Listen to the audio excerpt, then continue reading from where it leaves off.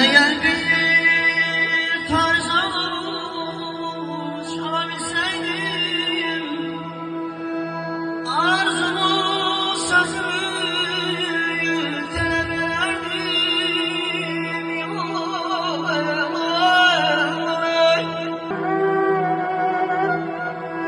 Halinde yaşarsan oynasaydım,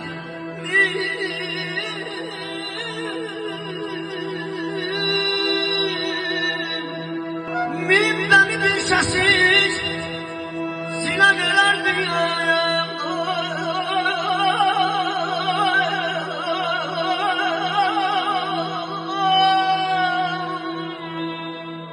Bülbüller saçar sol derinden külüm, lasayların solar çanağından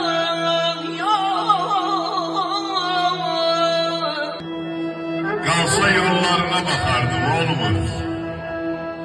Soğuk ellerini üzük yerine kaynar ellerime takardım olmur. Neyniyim yanında bugün konağam. Ben sana günaham, susam, yanağam.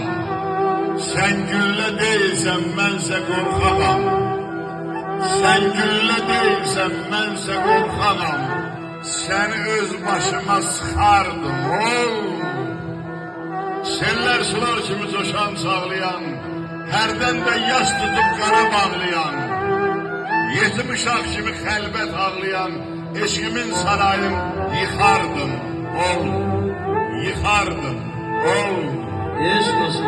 Bir alkışlar gelsin. Akşamlar anlamış. Bülbüller saçar sol derinden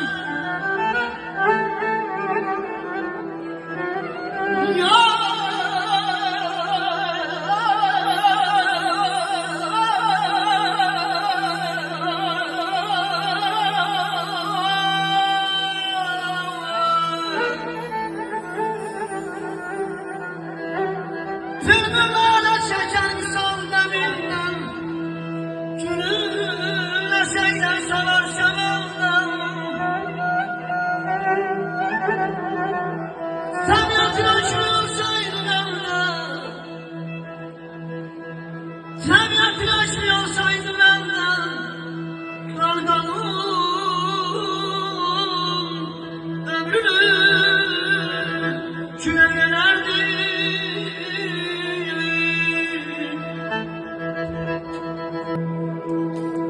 Bekliyor seyreden gel bu alemi, ya